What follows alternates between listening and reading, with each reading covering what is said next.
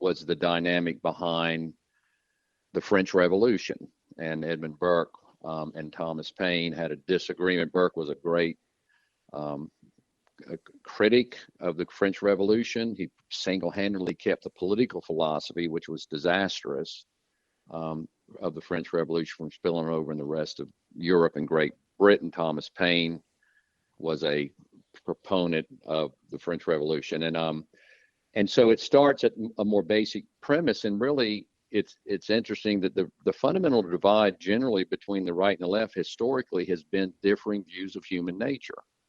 And the Great Debate reflects upon that. Thomas Sowell wrote a book, A Conflict of Visions. I'd encourage everyone to read that. Now, this is political philosophy. This isn't hunting and fishing, but we do hunting, fishing, and constitutional law in the Fish, Game, and Forestry Committee in Yes, South Carolina Senate. And it's a lot of fun. It's a lot of fun to me, which, by the way, this is what the podcast is about.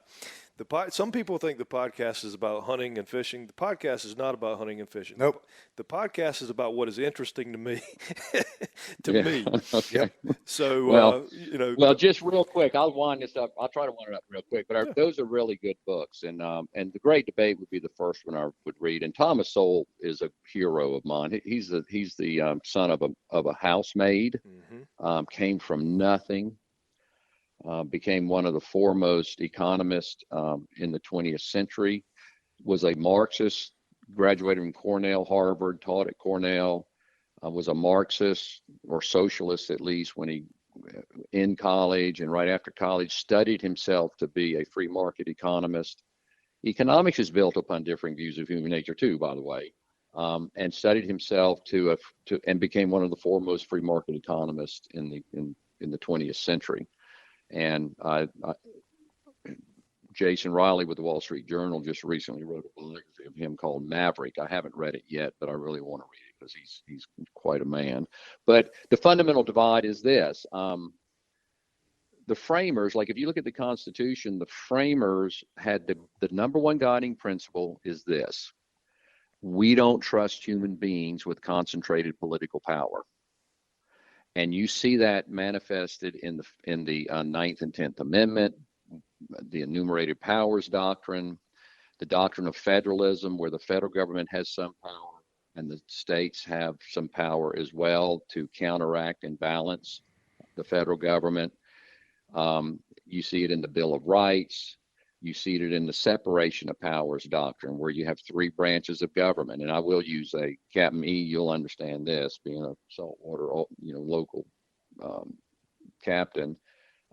Three branches of government, each equipped with devices to keep the other two branches in check. I like to use this analogy for people who could understand it. It's like putting three crabs in a bucket. And when one crab starts climbing out the bucket, what do the other two crabs do? Pull them down. Yep. They grab them and hold them down. And that's exactly what the framers intended when it comes to the separation of powers doctrine. And my favorite quote in the Federalist Papers is Madison in Federalist 51. He's describing the separation of powers doctrine, and he said political ambition must counteract political ambition. And what he's saying is the lust for power that one branch has, that man has lust for power. He just does. Don't think he doesn't. The left goes wrong when they think he doesn't, but he does. He lusts for power. And the way you keep him in check is not hoping he's going to be a good boy.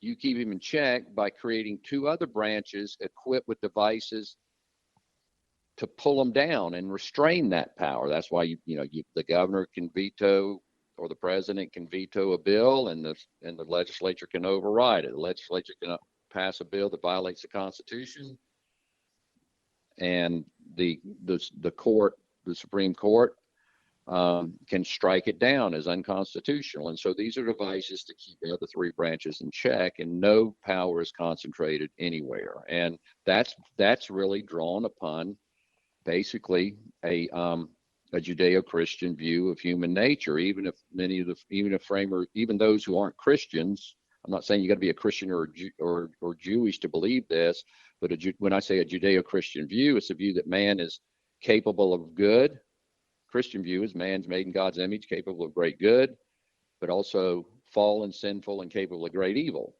And so what do you do with a creature like that? You put guardrails around their behavior and their action. In the constitutional context, it's sorry, I got another call coming in. But in the constitutional context, it's the separation of powers doctrine, federalism, Ninth and Tenth Amendment, all those things put in to keep people in check. But I want to say this. This is the most important.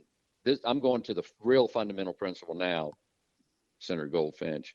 The real fundamental principle is this, that men and women and human beings do need guardrails, meaning that things that promote the good and restrain the evil that men are capable of doing. And most of those guardrails are functions of culture, not of laws that we pass.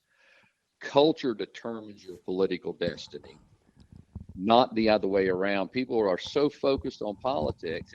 I like to say this: we don't have a political problem in this country. We have a cultural problem manifesting itself in the political realm. And when I say culture, I mean the values, the worldview, and the values that people have developed and embraced over time. And you're still there, aren't you? Yeah, we're here, buddy. I'm here, and I wanted to jump in on that point. I think it's a fantastic point. Well, you beat me to it because I wanted to jump in too, but go. All right, so let me finish. Let me finish just one thing. Okay.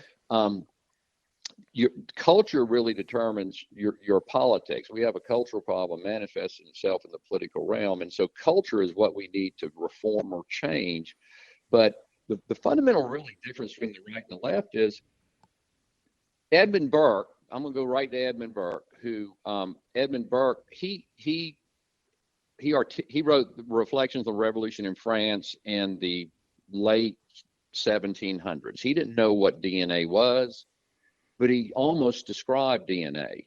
And to describe his political philosophy, which is the heart of conservative political philosophy, I like to put it this way. If he didn't know what DNA was, but if he did, he would have said this: a culture's values and institutions are like its DNA. It weeds out things that don't work and promotes things that do work. And therefore you must pay it great deference. You can change culture, but it's slow, gradual change over time. If that change has to happen, but it's slow, gradual change over time, because the values and institutions handed down to us from our forefathers are in essence the repository of the collective wisdom of all those who have preceded us. And who am I to look into any generation, look in the face of that collective wisdom and say, we can remake human institutions and human value systems or destroy them or undermine them with impunity. You can't do that any more than the poult that's following the hen. I manage hunting habitat. I manage one species I manage for is turkeys, and I love to see the poults following the hens. And what's the poult do? They do exactly what the hen does. Why are they doing that? Because that's the formula for success. Why is it their formula for success? Because that hen is the repository of literally billions of years of turkey wisdom. That's why, or that hen wouldn't be alive, wouldn't have made it. Right. The law of natural selection, she would have been destroyed. What would happen if that poult decides, I can remake turkeydom in my own image? My mama hen doesn't know a thing. She's keeping me out here in this field eating bugs that I need the protein to grow. But I think I'm going to go in that thicket over there. I think there's something better for me to eat. She can go do what she's doing and all my other hatchlings, but I'm going in the thicket. That poult gets eaten. What's going to happen to that poult? That poult gets eaten. Dead within 3 hours. Yeah. Bobcat, coyote, something's going to get it. And that law of so that respecting the wisdom and the behavioral patterns and the institutions when it comes to people and value system and all that has been handed down to us and proven to work and been refined in the crucible of billions of years of human experience, it's the height of arrogance to look in the face of all that wisdom and scream, I know better than all who preceded me. But that's exactly what the left is doing today, and exactly what the left did in the French Revolution. And that's exactly what Burke addressed and kept from spilling over into Great Britain and saved the rest of Western civilization from the in the French Revolution. They had a committee called the Committee on Public Safety. Y'all know about the guillotine. About 15% of the population was beheaded. You would be beheaded for who you associated with, or who the Committee on Public Safety thought you associated with, or what you said, or what they thought you said.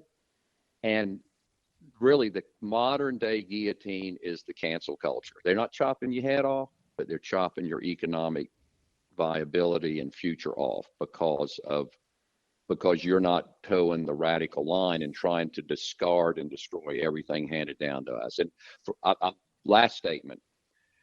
The following the wisdom that is handed down and been tried and tested and proven to work through generations of human experience, adherence to that is the formula in every species. Adherence to what my forefathers did and concluded, and their behavior and patterns they've developed. It's true for poults. It's true for every species. We know that as outdoorsmen. That's called the law of natural selection. Right.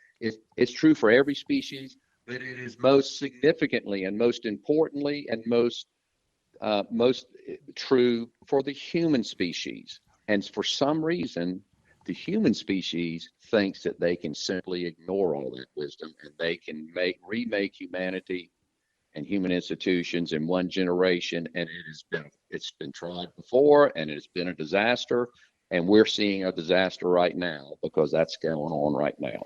Societal failure. I'm glad you made the connection to natural selection, because that's exactly what I was going to ask you. I mean, it is the height of arrogance to think that we as a society can change millions of years of collective reasoning and collective knowledge. And it just blows my mind that really, this is not meant to be a political show, but you've lit a fire under me. Go ahead, E. I was just going to say real quick, if anybody's out there listening and you're trying to figure out which way we lean on our show, I don't think there's any doubt. First and foremost, our name is Trilogy Outdoors. For the most part, I think once you say outdoors, you put that in there, you pretty much eliminated that other side with some small exceptions. But I tell you what, I'm just going to get your phone number from Stephen if you don't mind. I'm just going to be calling you up from time to time and let you enlighten me on things when I'm having trouble figuring them out, because it's incredible. I'll just say this much. You and Tom Davis, if we put y'all on the show at the same time, the two of us could just quit. We'd be done. We had Senator Davis on to talk about his medical marijuana push, and just to debate it. And I played devil's advocate. We had a fantastic time, and this one is playing out exactly as I wanted it to as well, Captain E, because I told you in the last interview, I have been tremendously blessed with the ability to surround myself with people that are better looking and smarter than I am. And iron sharpens iron, right? And exactly. Senator Campsen certainly one that sharpens me on a daily basis when we're together. Talk to me a little bit. You have. I guess we could sit around and talk about politics for hours. But. Yeah, we ought to talk about conservation. Sorry, y'all asking. No, you're good. I love it. I do. I love it. It doesn't bother me at all. The two of y'all have to deal with it all the time. So for me, it's like a breath of fresh air to actually hear some sense made out of it. So it don't apologize to me at all. But I now. One last thing. Go ahead. I'm sorry. Thing. The vector in which all this happens is what Antonio Gramsci, who founded the Communist Party in Italy, was imprisoned by Mussolini in the 30s. While in prison, he wrote his 30 prison notebooks, where